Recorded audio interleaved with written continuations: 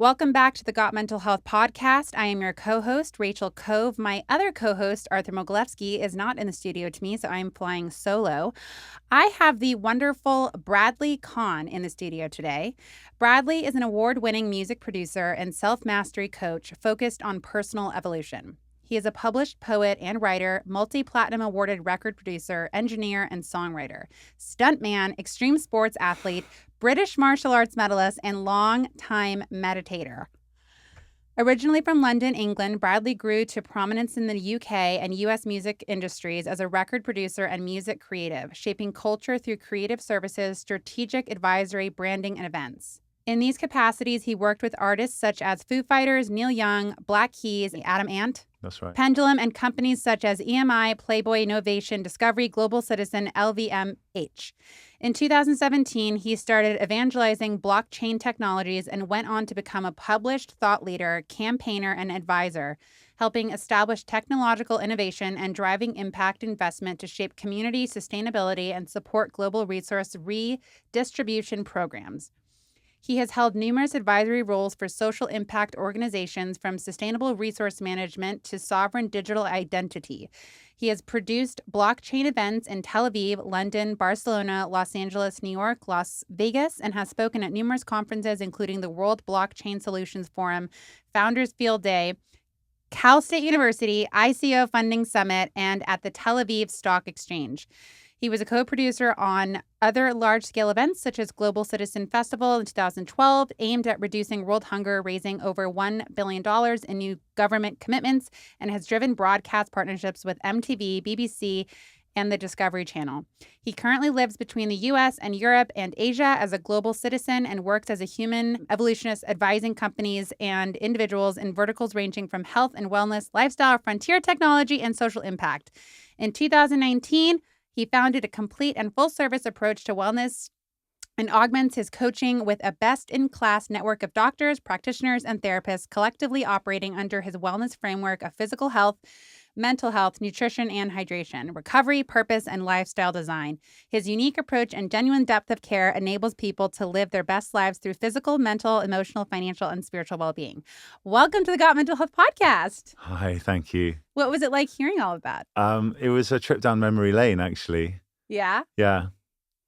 I hope it wasn't too long for your No, I listeners. mean, it's just incredible to have someone in the studio who has accomplished so much. Oh, that's sweet of you to I mean, say. usually I feel like most people, when you interview them on a podcast, you're interviewing them on one specific subject, one specific topic, because they're in one specific area in their career. And you have so many different things going on. Well, thank you for that reflection. I've rarely worked for anyone but myself. So I've explored lots of different areas. I was fired up as a teenager, wanted to be a rock star. That was always like my thing. Went to music school and had an experience that didn't really challenge me. And so I ended up renting a studio outside of the premises to produce a friend and produce an EP for her, and learned a lot during that process. And then, kind of deviated a little bit and set up my own studio after leaving music school. And so it's been a constant kind of dance of like finding my way, learning, failing, trying to do better next time, learning. And like I was saying to you before we came in here, that's kind of been my life journey, is having to figure things out on my own. And because that's kind of how I learn best, I think. Like, some people can learn from others' mistakes. I tend to have to make the mistake myself, unfortunately. But that's, I think, partly why I feel able to guide people now as a coach in some, areas, because I've been there and I've kind of done it myself. What is your psychology around mistakes? As a man specifically, because I've worked with thousands of men as clients, as a counselor, and I find that most men feel that making a mistake equates to being a failure. Yes. I literally reposted something in the last 48 hours that said something like the road to success is, I'm paraphrasing now, but it's something like the road to success is becoming comfortable with failure. And that's not to mean that you fail and then you just accept the failure and that's it. But as Ray Dalio talks about. It's like this kind of failing forward mentality where you set a goal, you go for it. Maybe you make the goal, but maybe there's some things that don't quite work out. Whatever it is, you kind of reassess it, learn the lesson, and then set a new goal and go again and higher next time. And that's what I call failing forward. This idea that, whether you succeed or you fail, you're reiterating and you're retooling and you're kind of, going bigger next time. Have you ever seen Denzel Washington's motivational video called Failing Forward? Maybe. It's my favorite video. I've Cool. seen it hundreds of times. Cool. But he says the same thing. He talks about how if you're going to fail, don't fail backwards. Yeah. Fail forward. And one of my favorite quotes growing up is failure is the opportunity to begin again more intelligently. But I do find that men specifically, and I really wanted to pick your brain on this subject, you being a man. Sure. Really identify with this idea that I'm either a success or I'm a failure. And I'm curious what you think about that. Did you growing up feel a pressure to be this very successful person? Were you afraid of failure growing up? What was your life like with your parents? How was that? How was career modeled for you? Yeah, so thinking where to start. So my family, I come from a family of entrepreneurs. Both my parents were entrepreneurs, and both my siblings are very successful entrepreneurs. And I kind of, took that charge and ran with it as a teenager. So I was like 15, 16. I was 15, I think, at the time, and then turned 16. And I saw this guitar that I wanted to buy. And it was just ludicrous money. It was like a limited edition custom shop guitar. There was 2 of them in the UK. I think there was 200 made. And it was an astronomical figure for me at the time. And I would look at this guitar magazine, and I found this shop that had one, and it was in Wales, and I lived in London. And I'd call up the shop, and I was like, okay, I'm gonna get the money. Like, hold that guitar for me, I'm coming. And I basically, with the money I saved from giving guitar lessons to other kids, set up an events company, putting on events for under 18s in over 18 premises. And within two club nights, I got the money to pay for the guitar. And so I remember driving out there with my mum and actually driving away from the shop with the guitar and feel like I could have bought 3 guitars for the price of this one guitar. And I remember thinking, like, I can't believe I just spanked all that money on this guitar. And then I put some Aerosmith on the CD player and felt happy with everything. But that's kind of where it started for me. And there was pressure. There was pressure because, my parents, they were incredibly supportive about me going into the arts and being a musician, but they were also like, okay, this needs to make money and you need to kind of, stand on your own feet. And I think in the music in the arts, the music industry, there's a lot of like paying your dues. You have to kind of get to a certain skill set, I think, to be really relevant. And there's a lot of building your brand and getting your name out there. And, because it's so competitive, people are willing to work for free, essentially. That's what you're up against. So that was challenging for me. And I think that's in part why I went into production, because I had a challenge in my music career in that I did a lot of studio work. I was songwriting and working in studios. So I worked with a lot of session players. And if I wanted to gig, all the players that I knew required paying. So I could maybe front a show, but to do, 7, 8 shows or regular shows, I'd be out of pocket because, when you're starting out, to pay whatever it is, £1,000 or $1,000 for a band, when the venues may be giving you $250, it's not really sustainable. And so that was difficult for me. Whereas in the studio, it was the artist who I was producing would obviously fund the project, and so I could bring all these people in, and I had the ability to kind of put it all together. And so I think that was in part why, and also I kind of had an understanding of how to put arrangements together, and that's something that I think I'm quite good at, and I really enjoy. So yes, there was a pressure. I think I have been afraid of failure. As in there's this fear that if you fail, then somehow, you're a failure. And I've had to learn that, and I think that's partly being, I don't know what the word is for it, like thick-skinned. It's like, yeah, you get knocked down, but you've got to get back up. And as part of my understandings as a coach, I now think it's all like somebody once said, life is all about how you handle the transitions. Everyone's great when you're on the wave and it's great weather and you're just cruising, right? But when you get knocked down, how long till you get back up, and do you stay on your path? And that's become really like fundamental to my kind of philosophy is how you manage those transitions. I guess, like, just going back to where we started, those are the things that you learn from the most. And this has actually been there since the beginning of my coaching kind of practice, is who are you absent of the things you do? Wait, let's pause there. Who are you absent of the things you do? That's beautiful. So it removes that kind of attachment to, I am a music producer, I am a podcast host, I am a mother, I am a father, like, who are you in the moments when you're just, and I got this from meditation, when you're just still, quiet, alone? Who are you in those moments?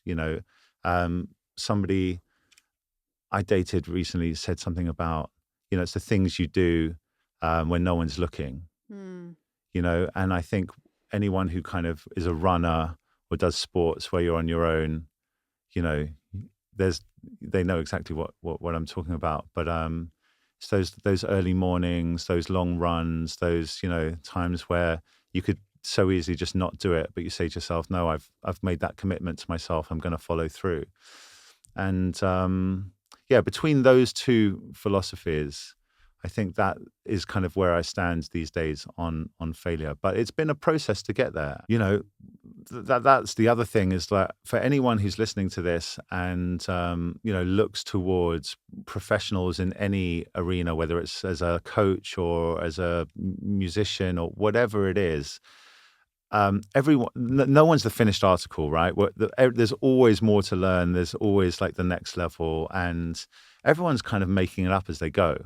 And I think really the best barometer to kind of quantify or validate, somebody's level of proficiency is, can they, replicate results over time?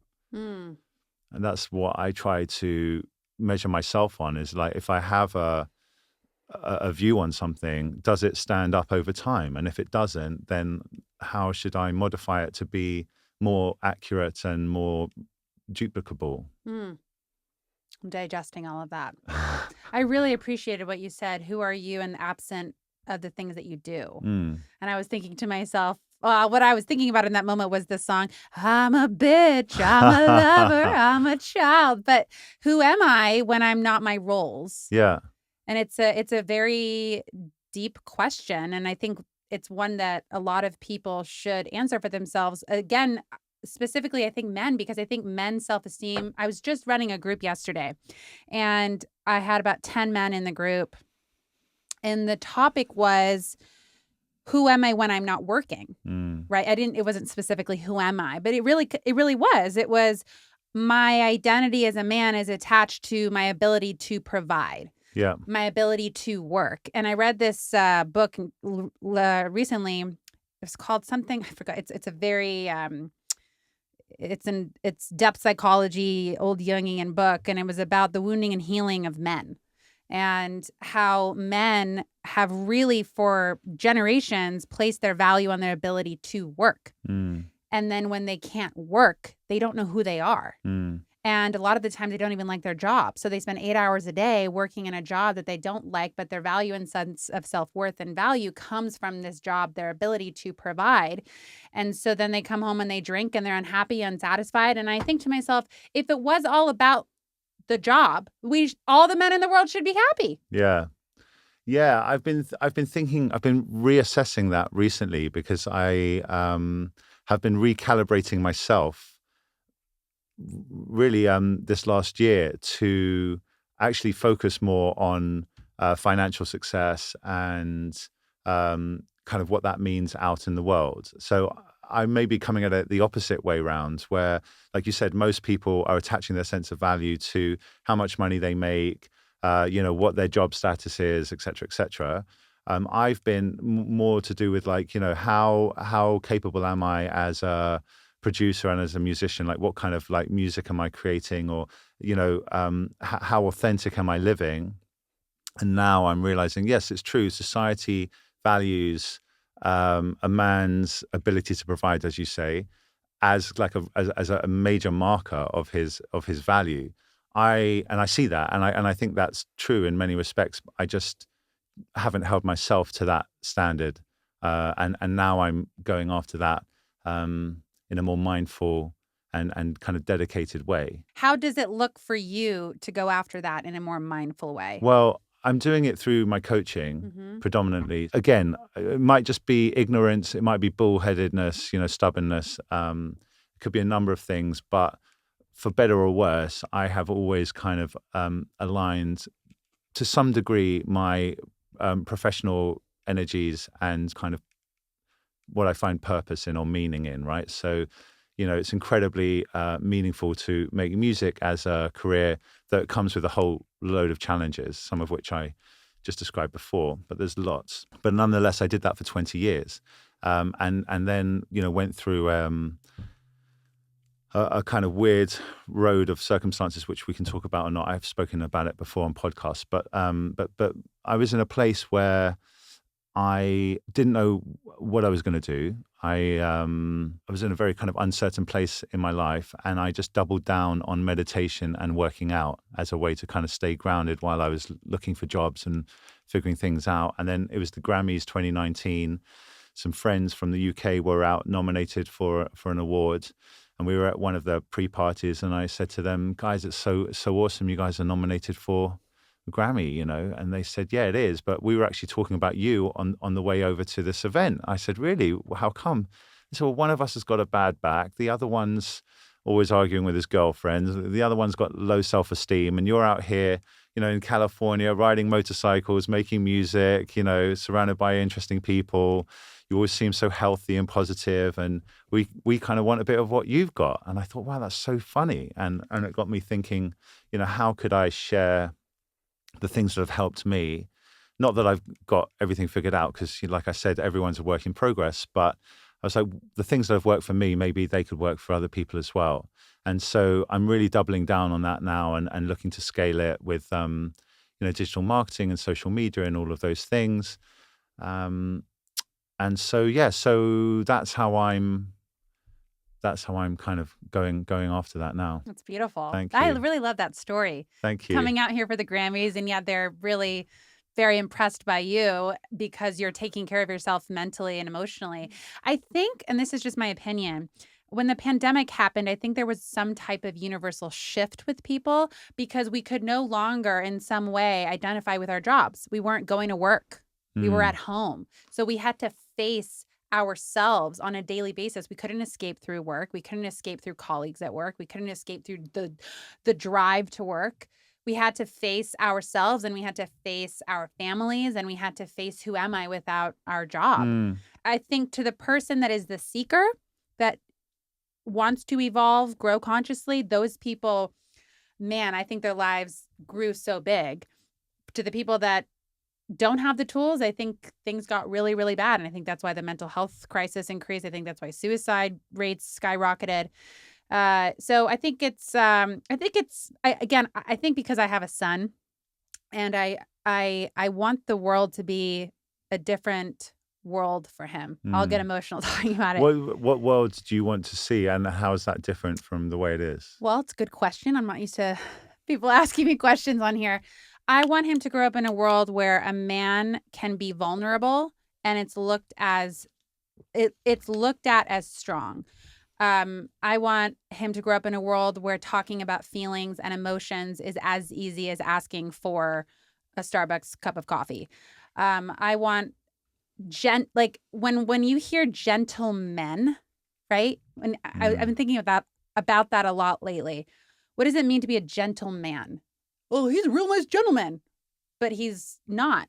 He's not gentle. He doesn't move in the world in a gentle way. I want him to grow up in a world where he respects women and men equally. I want him to grow up in a world where people's self-worth is not identified by their work, but rather by their ability to take care of themselves mentally and emotionally. I mean, I'm someone that, I got into recovery when I was 16 years old. Oh, wow. So I'm rooted in that. I've been on a mission to be healthy since I was 16. I think that children should be learning more about emotional intelligence and how to connect and how to have compassion, how to have empathy and how to love and how to have relational skills in elementary school. That's the world I want him to grow up in. Great. I agree with you. Yeah. I think that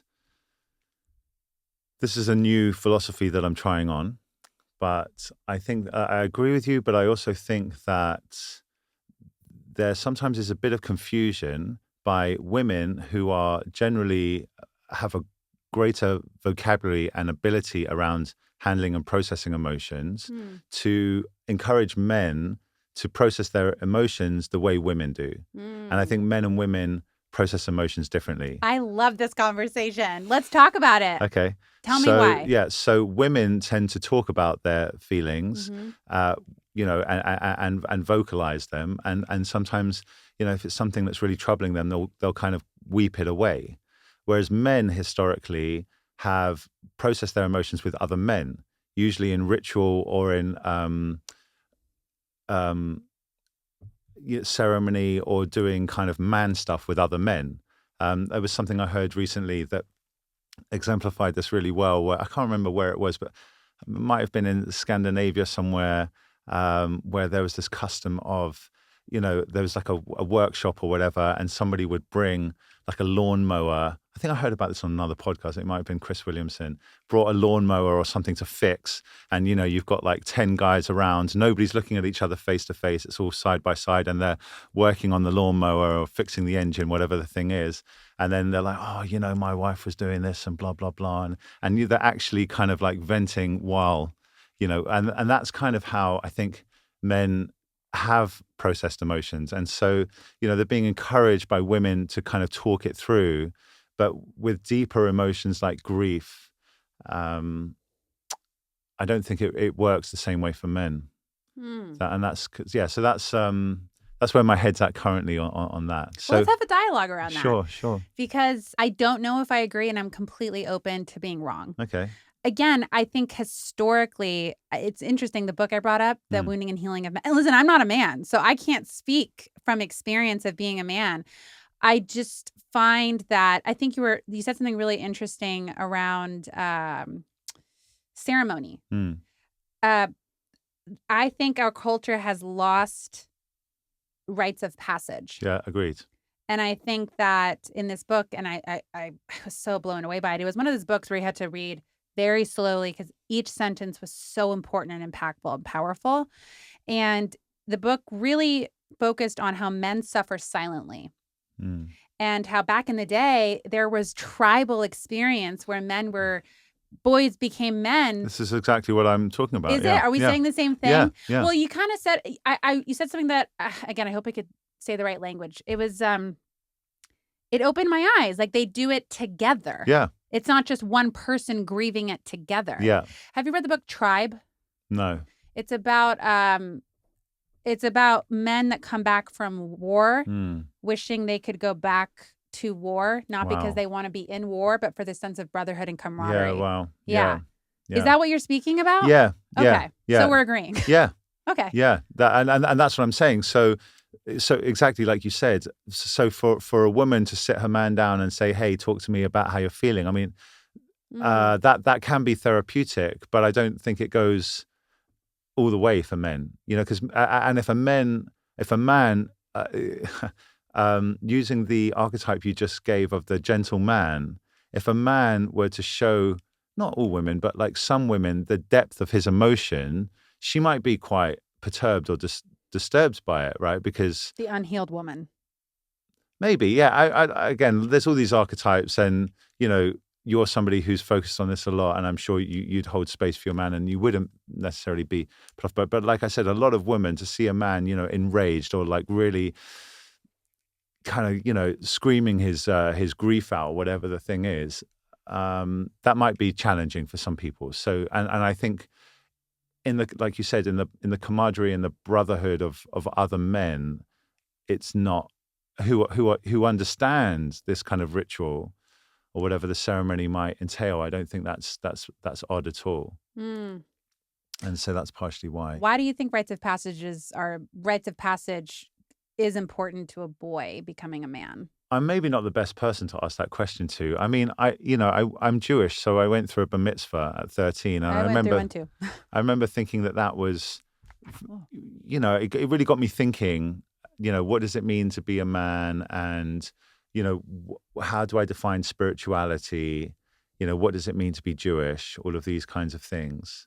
But like I said, in some respects, I've taken a kind of unconventional path through life. So I think rites of passage are powerful, but I think it depends how much you buy into society's kind of paradigms as to how maybe you interpret them or you internalize them. I've always been a little bit of I call myself an introverted extrovert. So I love being around people, but I can spend days on my own and be very comfortable. And I I'm a bit of a lone wolf sometimes. And when I'm in groups, say I'm a group of 10 people, I'm the kind of person who will gravitate to the 2 or 3 people that I connect with the most versus trying to be friends with everyone.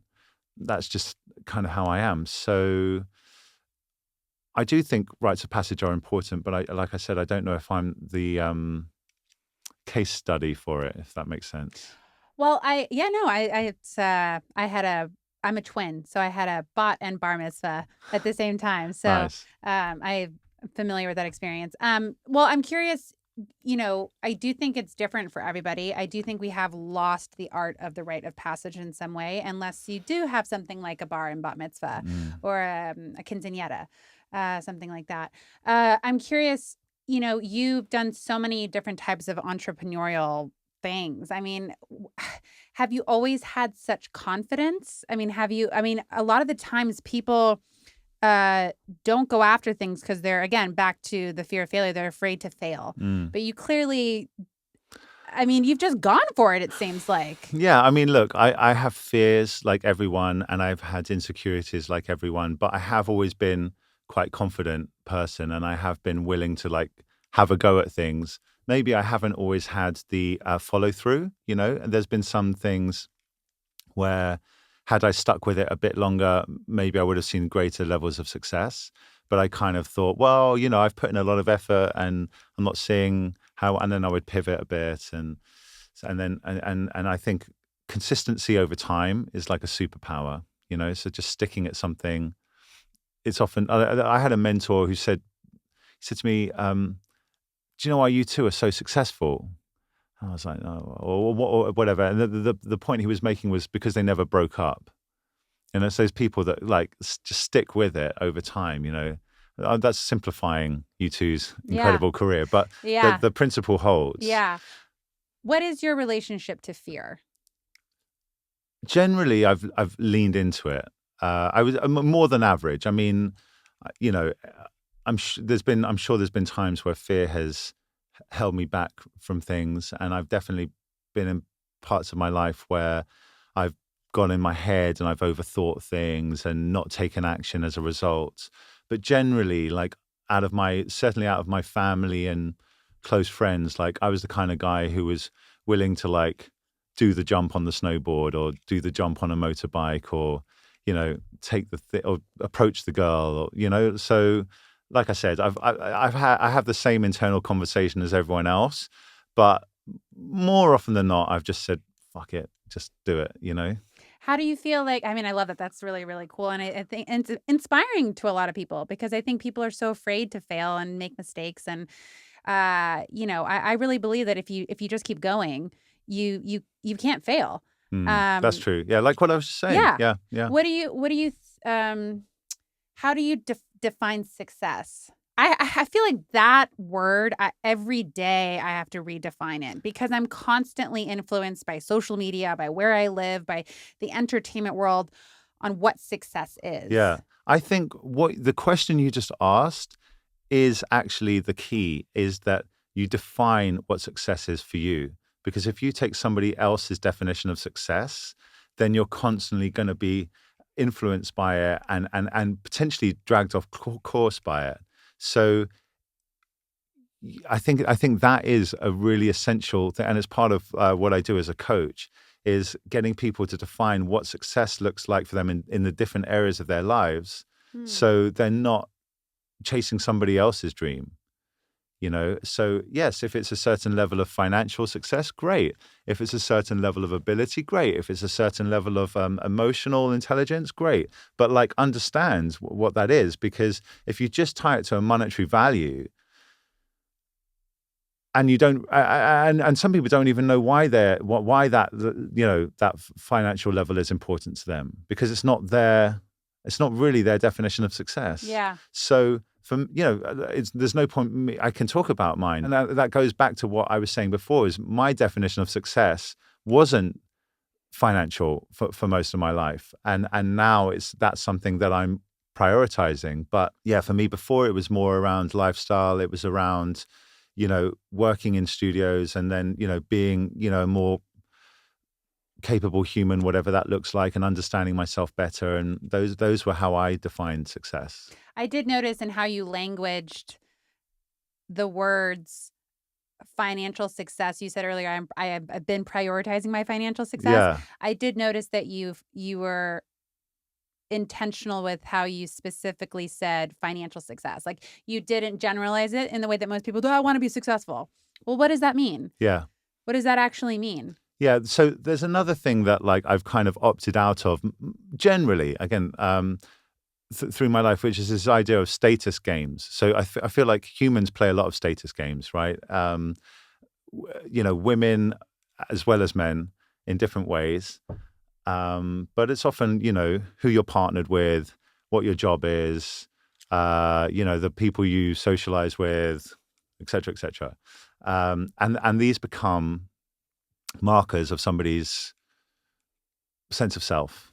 And I have this philosophy that whenever you create identity outside of your awareness, that's essentially ego, right? And that can lead to suffering, generally leads to suffering, because over time these things change or die away, and then you're no longer the model or the record producer or whatever, and then it's like, who am I absent of the things that I'm doing, right? So that's kind of, it's all tied in together.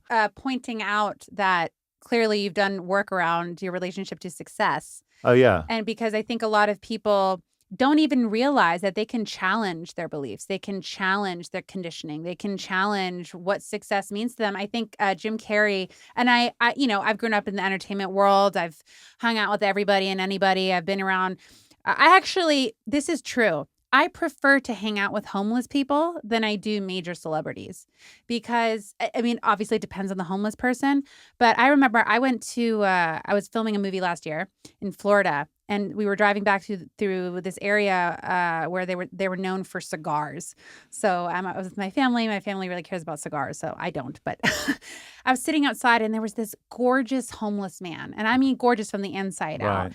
And there was this other woman, and she was photographing him. And I was just noticing that she was photographing him. And I noticed every person on the street was walking by and saying hello to this homeless man. And he was so kind. And I chose to talk to him. And then he gave me one of his photos. I actually have it on my piano at home. I look at it every day, because he was financially poor, right? Mm. But I said, hi, I'm just going to call him Tommy. I forgot his name for a second, but how you doing, Tommy? And he's like, oh man, I'm so good. He's like, God bless me with another day. I said, wow, Tommy. I said, that's amazing. I said, what are you going to do for Christmas? He said, you know what? I don't know, because I don't focus on a lot of things unless it's right in front of me. He said, if God blesses me with another day on Christmas, I'm just going to be happy. Wow. And I was like, oh, he had more peace in him than millionaires I know. Yeah. And I beautiful. was so drawn to that. I just think that living in LA, a lot of people seek fame, and there's nothing wrong with that. I think if you seek fame, that's beautiful. But I think there is consciousness that needs to be brought into it. You know? Yeah, so you just touched on something. You literally, what you just said, mirrored my thought in that moment, which is that a lot of people, I would say the majority of people who become hugely successful at something are usually driven by some kind of like trauma or wound, right? That is, that they feel like they have to go to extreme lengths to essentially validate themselves, and they focus it in a specific area. And unless they bring a sense of like consciousness or awareness to that endeavor, that thing ends up owning them. Now, don't get me wrong. I'm grateful for some of the incredible things that have been produced by humans over time through these kinds of dynamics. But again, it depends what you value and what you want your life to look like. Some of the greatest artists, athletes, probably even thinkers of our time are probably people who have gone down paths like that.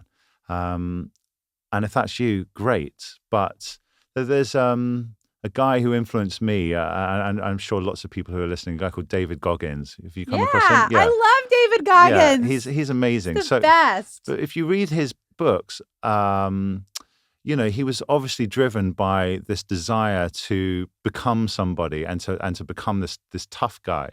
But he came to a point in his life where his body was shutting down, and he had to incorporate a stretching routine, which I think he still does, like 2 hours a day of stretching now, to combat all the kind of extreme challenges he had put himself through.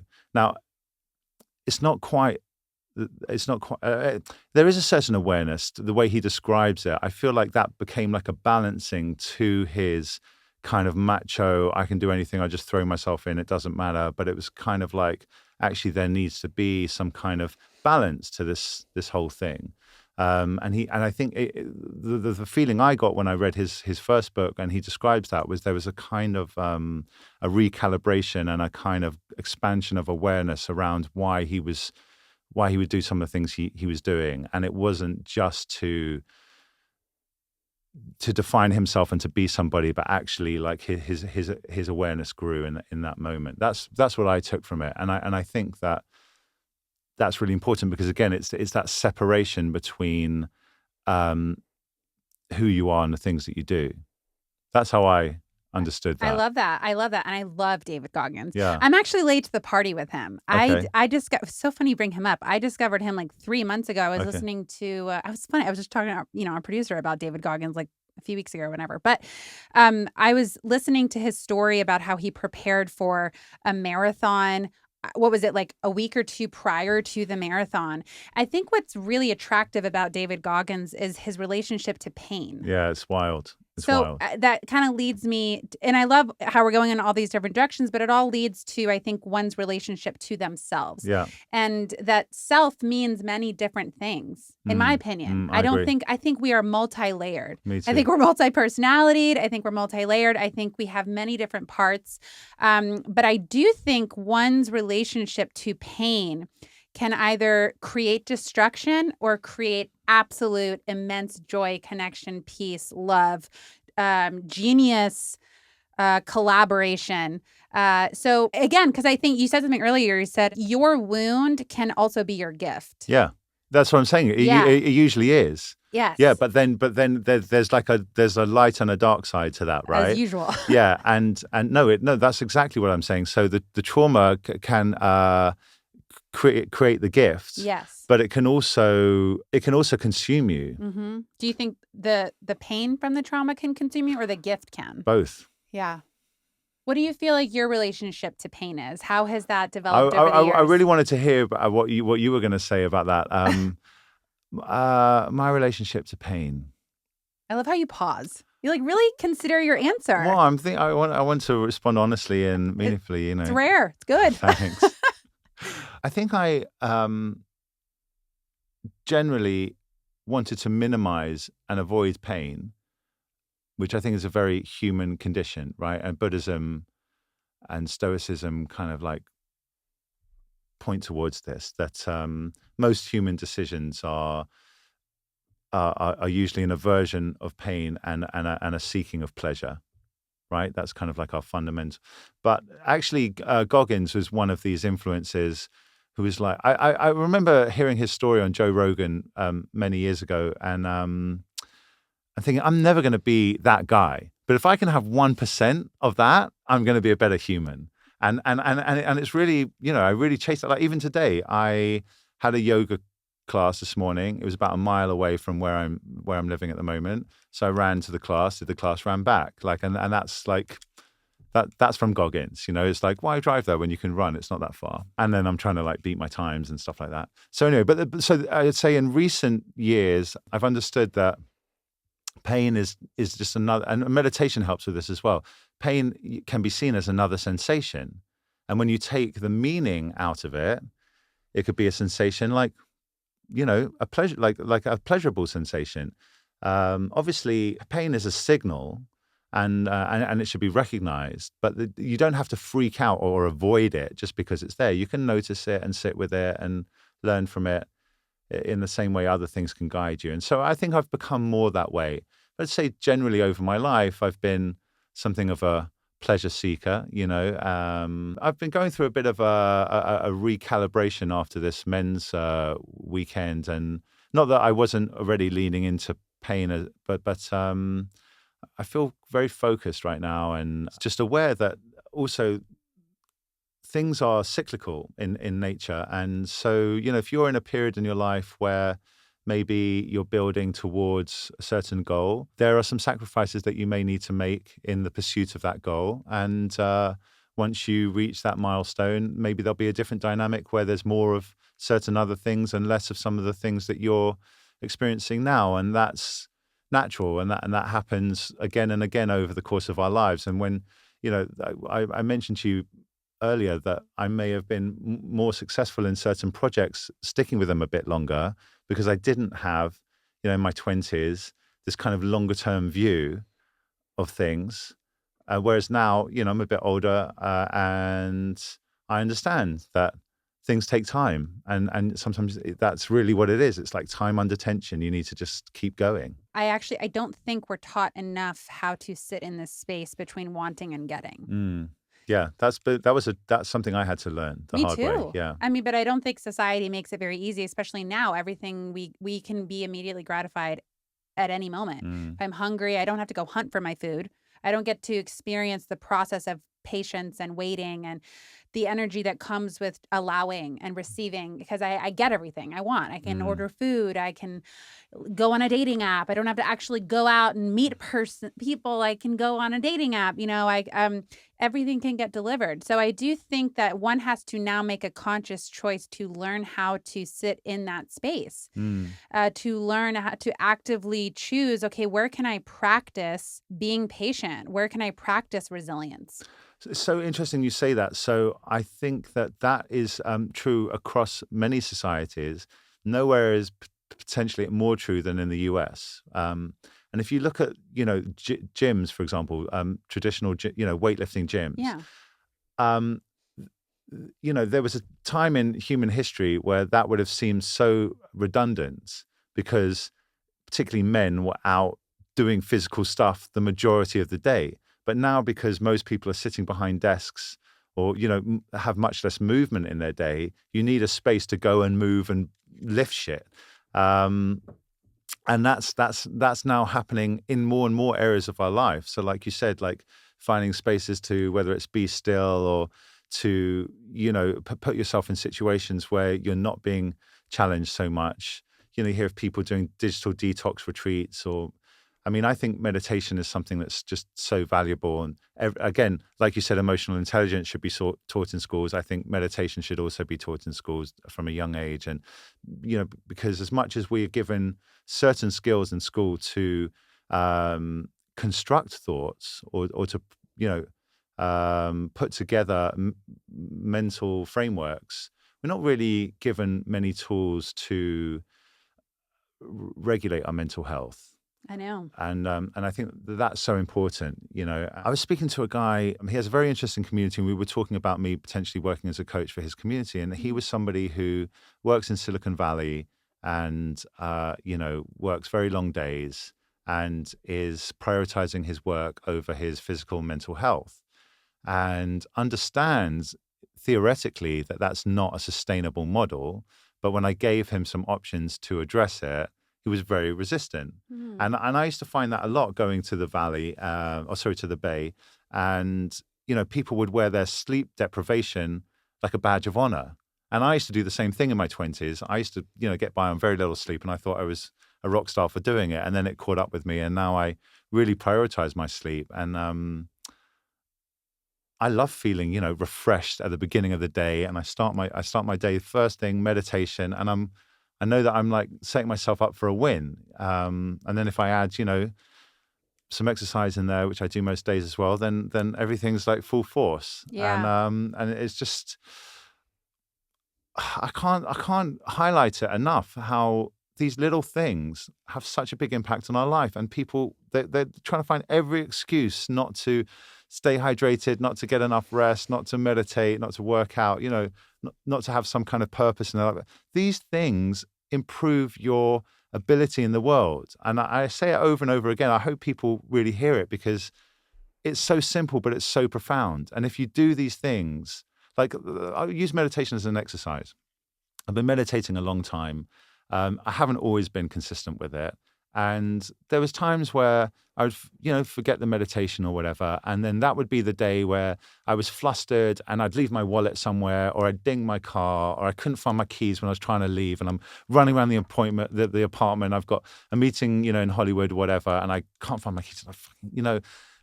But I just learn, if I do the meditation, those things don't happen. So and it doesn't matter. I've had some meditations where I have these, blissful out of body experiences. Often I'm just sitting there with a monkey mind going nuts, and I sit there for half an hour and it's barely still. But it doesn't matter. The fact is that I do the thing. And I was listening to a great, do you know Rich Roll podcast? Come on, why do you think this looks like this? Okay, yeah. So I saw a fabulous woman on his on a recent podcast of his within the last couple of months. Who? I forget her name, but she has spent her career studying the placebo effect and consciousness. That's like her field of study. And basically she was saying it almost doesn't matter what decision you make about anything. What matters is that you take action on it. And I've heard that actually in various forms recently, from different people. But Arnold Schwarzenegger is another kind of advocate of this. He's like, just don't, like what we said about getting knocked down, getting back up. He's like, don't let anything knock you down for long. Just keep being busy with stuff. And again, I would take that one step further and say, do it mindfully, because it's one thing to just get back on the horse and start chasing the dollar again.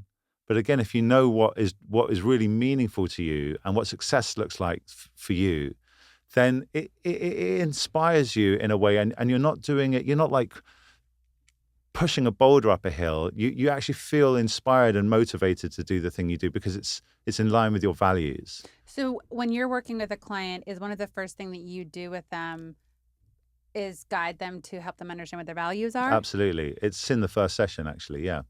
So what if they don't know?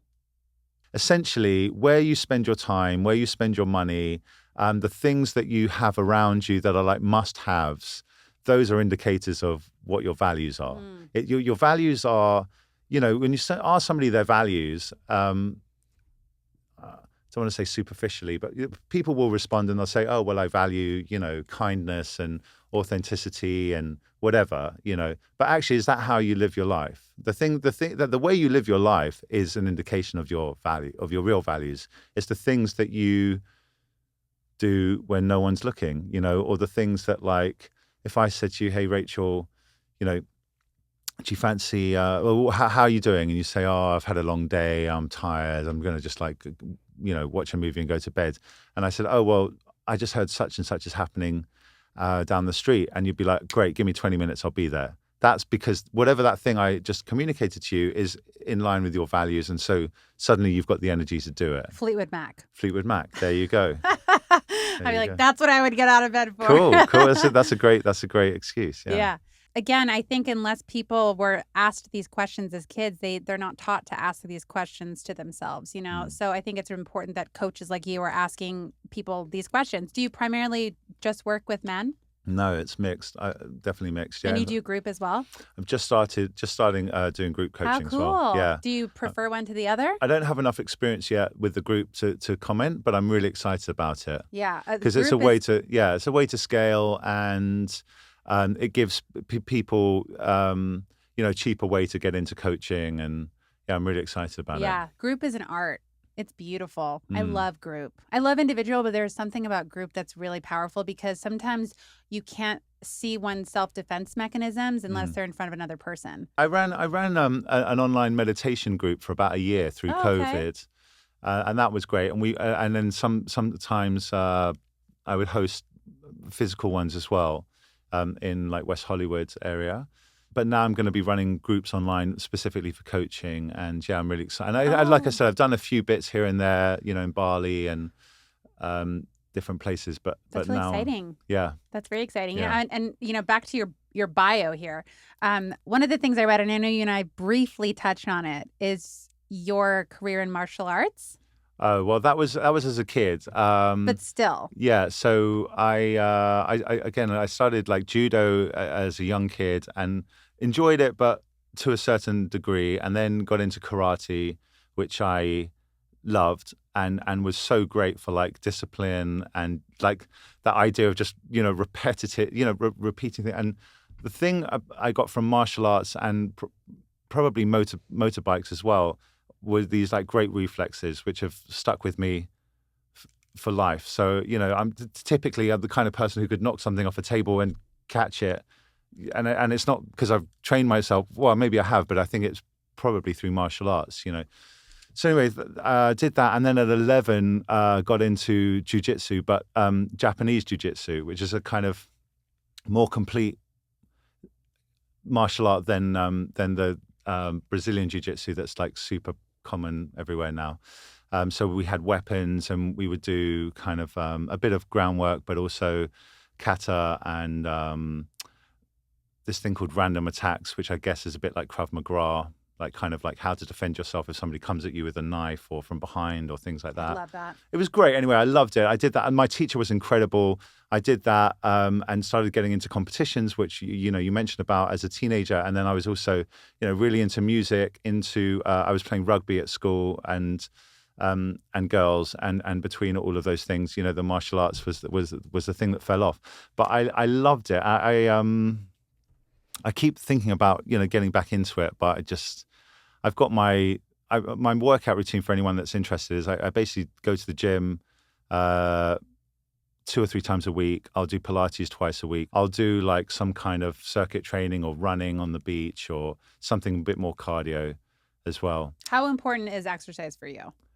Really important. I feel like it's as much for my mind as it is for my body. And I also so much of life is mental. It is? I'm totally that kidding. it's hard to sometimes differentiate what is your view of something versus what is down to like the actual behavior. Like that's where that whole placebo thing gets really interesting, right? But I love food.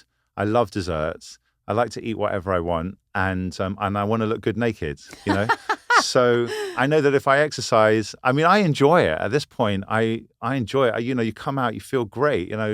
Run back from yoga today, and I felt like a champion. Had a wonderful breakfast, and then headed over here. So you exercise so you can have no guilt eating an entire box of pizza. Yeah, or whatever it is. Yeah, or like two servings of chocolate cake. Yeah. But it feels great to me at this point, and I've built that muscle. Like don't get me wrong,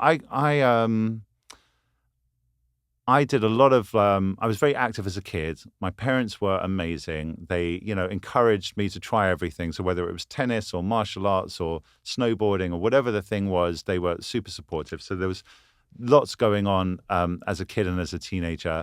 And then in my 20s, I did very little. And I got by on that early conditioning and good genetics. And I remember I was walking down, I can't remember if it's 5th Street or 6th Street in Austin, at South by Southwest. I was like 28, 29, something like that. It was the first time I had a little bit of a belly. And I thought to myself, this isn't going to fly, And I got back to New York and got into some boxing training, and it just grew from there. And, I got back to the UK. I was doing these 15-minute workouts religiously 5 days a week. And that got me back into shape. And then I was like, well, what happens if I do 20 minutes? Okay, what, 25, And now I try not to do much more than an hour a day, but I like to try and, optimize that hour and go as hard as I can. And I feel good for it. This podcast is called Got Mental Health. Right. And I truly believe that if we prioritize our mental wellness, we are unstoppable. I believe that if we prioritize our mental wellness and our emotional wellness and our mental health, that we have access, that we are seeking out access to the divine and access to everything, which creates the ability to do everything, if that makes sense. I don't know what I just said, but yes, I do. Our mental model of the world is so important. I've had this like strong value around truth for the majority of my life. There was a specific experience. I think the first time I did LSD, basically as a teenager, kind of hardwired me to this idea, and I went through a large portion of my life thinking that the truth was more important than anything else. And then I'd see people who had what I consider to be untrue models of the world, but that they really believed in and that drove their life in very positive directions. And I started to think more recently that actually, if you've got something that's working for you, that's more important than any kind of, as long as it's not harming anyone else, if it's working for you, that's more important than any like kind of barometer of objective truth. And of course, that's all relative to a degree anyway. So I went like into the ether and you're like, whatever works for you. It's great. No, but it's true. Yeah, like, right? I think, and it reminds me of people who do psychedelics and ayahuasca and LSD and all that stuff. Like all of that is fantastic tools to teach people the truth about themselves. But at the end of the day, what do you do with it? Yeah. Do you wake up in the morning and meditate or not? Yeah. Like, do you come back from an ayahuasca session, come back and then sit on your couch, never go after your goals, never take any risk? What do you do with the information that you're given? And that's where I think what you just said is important. It's like, yeah, whatever works for you. Yeah. Like meditate 10 minutes in the morning, meditate at night. But are you getting better as a person? Yeah. And I really like that. One of the things that works really well for me is also exercise, but specifically is martial arts. Oh, really? Yeah. What are you doing? What martial arts? Well, I think I told you this. I do Brazilian Jiu-Jitsu, being taught privately karate. Great. I mean, I'm obsessed Great with it. combo. I'm obsessed with it. If I could do it all day, I would. I played highly competitive soccer since I was 5 years old. I played in England. And when you're an athlete, it's kind of ingrained in your body. Like you don't ever stop. You have a mission. You have a purpose. The mission is to get this ball in that net at whatever cost. Do you know what I mean? Yeah. And I think that if people, I love sports because for me, sports is an art. And I think it's a complete portrayal of just art, humans, connection, and tribal experience, actually. I really believe that. Like if you watch a basketball game, every person on the team has a function, right? They have something they have to do in order to get the ball into that net, right? So it's a place where everyone's like, yeah, I have to own this and I have to be the best in order to win. Yeah. And I think if we can use that in our daily lives and as kind of like a platform on how to go after our goals, right? Like everything, like in a soccer game, I mean, my God, you don't know what's going to happen. And in martial arts or in a boxing match, you have no idea how and what will happen. But you have to learn how to pivot and you have to learn how to adjust and you have to learn how to get back up. I mean, I remember when I broke my collarbone in soccer, I was ready to get up. They had to keep me. I couldn't get up, but it's so ingrained to just get up when you're knocked down. And I think that a little bit in our culture, I'm not going to say this because it would probably cancel me, but I think we've kind of gone to one extreme where it's like I think we've lost the art a little bit on how to be tough and how to be resilient. It's like, I don't think everyone should get a participation trophy. Yeah. Do you? No. Thank you. I know we're gonna get canceled now. No, but I mean participating is great, but like you have to participate to be in the runnings at all. yeah, The whole idea of competition in our society is we could spend an hour just talking about that, but it's something I've been thinking about recently as well. Again, the difference between how I think there is a difference between how men and women view competition, but also that we live in a very competitive world. And again, that drives a lot of the output of what we do, which drives a lot of the progress of what we do, and this focus on growth, which is great. But also, what are you competing for? You know, and there's a line from a poem that I love, and I tend to live by. The road is long, or the race is long. In the end, it's only with yourself. And I think that if you measure your if you compete against yourself and you're trying to be better than you were yesterday, I think that's the most fulfilling competition to be in, because everyone starts at different levels with different skill sets, with different backgrounds, with different families, with different, parts of the world. And I think that if you're getting better against yourself, that's the best, yardstick you can, and 1% growth each day will yield incredible results over time. Jordan and Kobe they say, did you watch that documentary? No. The Michael Jordan one? Yes. Yeah, the Last Dance. Yes. Oh, amazing. Amazing, right? But he talked about how the person he's competing against the most is himself.